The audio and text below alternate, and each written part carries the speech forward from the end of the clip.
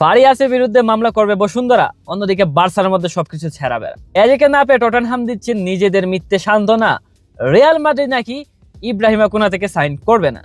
Hello, কি অবস্থা সবার? সবাইকে স্বাগতম জানাই ফালতু সব ছন্দ দিয়ে 90 মিনিট প্লাসের ডেইলি ফুটবল আপডেটস ভিডিওতে। সো দেরি না করে শুরু করা যাক। বসুন্ধরা কিংসের সাথে মৌখিক চুক্তি হওয়ার পরেও ব্রাজিলিয়ান কোচ সার্জিও ফারিয়াস কিংসে না এসে চলে গিয়েছেন ইরানের একটি ক্লাবে। তো এটা আপনারা সবাই জানেন। এখন এই কাহিনীর মধ্যে নতুন মোড় হচ্ছে কি, ব্রাজিলিয়ান কোচ সার্জিও ফারিয়াসের বিরুদ্ধে বসুন্ধরা কিংস নাকি ফিফায় কোড অফ কন্ডাক্টের মামলা করতে যাচ্ছে। সো কাহিনী হচ্ছে কি, বসুন্ধরা কিংস সার্জিও ফারিয়াসকে টিকিট কেটে দিয়েছিল ব্রাজিল থেকে কাতারে আসতে, এবং সার্জিও ফারিয়াস কাতারে বসুন্ধরা কিংসের টিকিটে এসেছে, বাট কিংসে যোগ না দিয়ে সে চলে গেছে ইরানের মধ্যে। এন্ড এটা নিয়ে বসুন্ধরা কিংস বাই চেতছে, এতদিনে ঘুম থেকে উঠছে আর কি। সো তারা এখন ফিফার মধ্যে এটা নিয়ে মামলা করতে যাচ্ছে যে আমাদের সাথে মৌখিক চুক্তি হওয়ার পর সে জয়েন দেয় নাই, এই সেই। বাট ইফ যদি তাদের এলিগেশন প্রুভ হয়ে, ব্রাজিলিয়ান কোচ সার্জিও ফারিয়াস কিন্তু বিপদে পড়তে পারে, অনেক বড় বিপদ। অন্যদিকে বাংলাদেশ ফুটবলের মধ্যে আজকে একটা ভুলে যাওয়ার মতো দিন। বাংলাদেশ অনূর্ধ্ব 17 নারী দল ইন্ডিয়ার সাথে 2-0 গোলে হেরে যায়। অন্যদিকে বাংলাদেশ অনূর্ধ্ব 23 পুরুষ দল বাহরাইনের সাথে 4-2 গোলে হেরে গিয়েছে। সো অন্যদিকে বাংলাদেশি বংশোদ্ভূত ফুটবলার, নারী footballer Shaila marine Ahmed join করেছে অ্যাস্টন ভিলার অনূর্ধ্ব 18 এর নারী যে দল আছে সেইখানে। সো তার 2 বছরের কন্ট্রাক্ট হয়েছে অ্যান্ড একাডেমিতে আর কি, একাডেমিতে ভর্তি হয়েছে, পাশাপাশি পড়াশোনা করবে, পাশাপাশি ফুটবল চালায় যাবে। তো এটা হচ্ছে মূল কাহিনী। অ্যান্ড এটা আমাদের জন্য সুখবর যে বাংলাদেশি, কারণ অবভিয়াসলি এখন পর্যন্ত তার বাংলাদেশের সাথে কোনো যোগাযোগ হয় নাই, মানে বাংলাদেশ জাতীয় দলে আসা নিয়ে এখন পর্যন্ত এই কোনো গুঞ্জন হয় নাই, বাট ইন ফিউচার আমরা তাকে পেতে পারি। তো এইটা ভেবে আমরা খুশি হই। Best of luck to Shaila, obviously she is one of us. So best of luck. এত শত দুঃখ দুর্দশার মাঝে একটা খুশির খবর আছে, সমিত সুম খুবই তাড়াতাড়ি মাঠে ফিরছে। সো সমিত সুম ইনজুরির কারণে মাঠের বাহিরে আছে, বাট প্রথমের দিকে আপডেট আসতেছিল যে তাকে মাঠে ফিরতে আরো মোটামুটি 2 থেকে 3 মাসের সময় লাগতে পারে, কিন্তু লেটেস্ট আপডেট অনুযায়ী, আজকের আপডেট অনুযায়ী তার রিকভারি প্রসেস খুবই দ্রুত হচ্ছে, আলহামদুলিল্লাহ। অ্যান্ড তাকে আমরা খুব শীঘ্রই এই সেপ্টেম্বরের মাঝামাঝিতে আমরা মাঠে ফিরত পাবো। অবভিয়াসলি আমরা তাকে এই যে সেপ্টেম্বর ফিফা উইন্ডোতে জাতীয় দলে দেখতে পাবো না, এটা শিওর ধরে রাখেন, কারণ তার আগে সে কামব্যাক করতে পারছে না, বাট আমরা তাকে মাঠে পাবো, এটাই অনেক ভাই। অ্যান্ড আজকে অফিসিয়ালি ঘোষণা আসছে 2026 বিশ্বকাপ যে আগামী বছর, তার ড্র হবে আগামী ডিসেম্বরের 5 তারিখ। And going on to the club football, Alexander ইসাকের জন্য লিভারপুল নতুন করে 130 মিলিয়নের একটি বিড দেবে।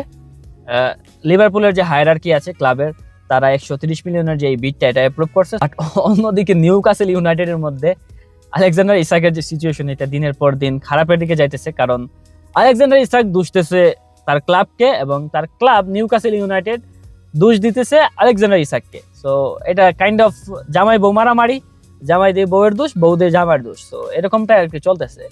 বাট ফাইনাল আপডেট আমরা আগামী সোমবারের যে ম্যাচ আছে নিউক্যাসল ইউনাইটেডের, তারপরে আমরা ইনশাল্লাহ পেয়ে যাবো ফাইনাল আপডেট যে সে কি নিউক্যাসল ইউনাইটেড থাকবে নাকি লিভারপুলের মধ্যে যাবে বা অন্য কোথাও যাবে।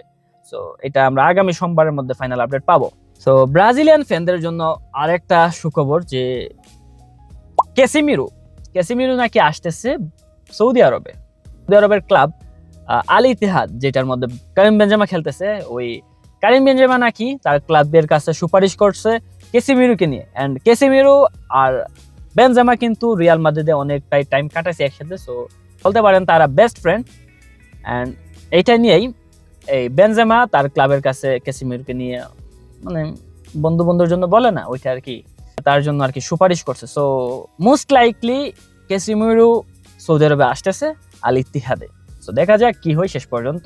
সৌদি আরবে যারা আছেন ব্রাজিলিয়ান ফ্যানরা, ক্যাসিমিরোকে নিজেদের মাঠে, আপনারা যদি আল ইতিহাদের খেলা দেখতে পারেন, সো নিজেদের মাঠে দেখার জন্য রেডি থাকেন। অন্যদিকে এবেরেচি এজেকে না পেয়ে নিজেদের মনকে মিথ্যে সান্ত্বনা দিচ্ছে টটেনহাম কোচ থমাস ফ্র্যাঙ্ক। সে বলেছে এরকমটা যে সত্যি বলতে আমি এরকম কোনো প্লেয়ার আমার দলে চাই না যে জোর করে আমার দলে আসতেছে বা মন থেকে আমার দলে আসতে চাই না। অ্যান্ড আপনি যদি মন থেকে এই ব্যাচটা পড়ার জন্য না আসেন, আপনার এই দলে আসার দরকার নাই। To be honest, if you are playing for the badge, you have to own it. Seriously, you have to own it and you have to be the badge. আপনাকে ওই ব্যাচটা হতে হবে, otherwise you are not committed to the club. It's better for you and the club that আপনি নাই আসেন ক্লাবের মধ্যে। সো এটা এজের জন্য ভালো হয়েছে, প্লাস টটেনহামের জন্য ভালো হয়েছে। অ্যান্ড স্পিকিং অফ আর্সেনালস ডাকাতি এভারেজে এজে, আর্সেনাল নাকি আতালান্তা থেকে আদেমুল্লাহ লুকমানকে সাইন করতে চাচ্ছে এবং এটা নিয়ে আদেমুল্লাহ লুকমানের সাথে কথাবার্তা চালিয়ে যাচ্ছে। বাট কাহিনী হচ্ছে কি, এখানে ইন্টার মিলান অনেকদিন ধরে আদেমুল্লাহ লুকমানের সাথে কাহিনী পড়ে যাইতেছে, তার কথাবার্তা চালিয়ে যাচ্ছে তাদের। বাট মাঝখান থেকে আর্সেনাল এসে আবার বাম হাত ঢুকাচ্ছে। But most likely Ademola Lookman Inter মিলানে যাচ্ছে। বাট বলা যায় না, আর্সেনাল এভারেজের সাথে যা করছে, যেভাবে ডাকাতি করছে, anything can happen. Real Madrid Ibrahima Konate থেকে লিভারপুল থেকে এই সিজনেই সাইন করার একটা গুঞ্জন মার্কেটে চলতেছিল অনেকদিন থেকেই। বাট ফাইনালি রিয়াল মাদ্রিদ থেকে এই নিয়ে কথাবার্তা বলা হয়েছে যে তারা এই সিজনে অন্ততপক্ষে ইব্রাহিমা কোনা থেকে সাইন করছে না। সো মোস্ট লাইকলি তারা সামনের সিজনে আবার ওই ডাকাতি করতে যাবে। Most usual Madrid things, but it's part of their business. অন্যদিকে বার্সায় তাদের ইম্পোর্টেড একজন মিডফিল্ডারকে সেল করার জন্য হান্সি ফ্লিক তার গ্রিন লাইট দিয়ে দিয়েছে, মানে সে রাজি হয়ে গেছে। And the player we are talking is mark Casado. 21 বছর বয়সী বার্সা লামাসিয়া থেকে গ্রাজুয়েট করা খেলোয়াড়, কি করতে পারে সেটা গত সিজনে আমরা সবাই দেখেছি। মার্ক কাসাদো প্রথমে তো ফ্র্যাঙ্কি ডিয়ংকে একদম রিপ্লেস করে দিয়েছিল, ফ্র্যাঙ্কি ডিয়ংই টাইম পাচ্ছিল না। বাট মার্ক কাসাদো ইনজুরিতে পড়ার কারণে ফ্র্যাঙ্কি ডিয়ং তার চান্সটা পাইছে অ্যান্ড সে শাইন করছে। তারপর থেকে আবার মার্ক কাসাদো টাইম পাচ্ছে না। সো এই নিয়ে মার্ক কাসাদোর একটা অভিযোগ ছিল যে সে প্লেইং টাইম পাচ্ছে না, বাট সে বার্সাতে থাকতে চেয়েছিল। কিন্তু বার্সার মধ্যে এই ফিনান্সিয়াল ক্রাইসিস কে চালে এই সেই এই ভাই, আর এই কাহিনী বলতে বিশ্বাস করেন ভালো লাগে না, Barca financial crisis. And speaking of Barcelona's financial crisis, Barca এই বছরে 1:1 ফিরছে না, মানে এই সিজনের মধ্যে 1:1 ফিরছে না।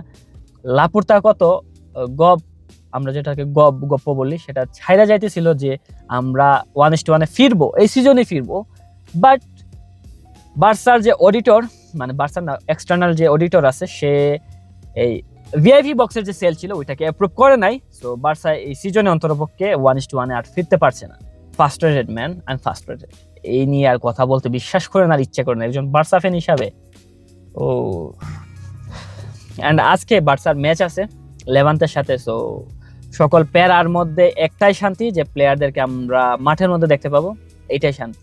সো এই ছিল আজকের মতো নিউজ। ভালো লাগলে এবং ডেইলি ফুটবলের আপডেট পেতে ফলো করুন 90 মিনিট প্লাসকে, এবং ইউটিউবে দেখে থাকলে সাবস্ক্রাইব করুন 90 মিনিট প্লাসকে। Football all along.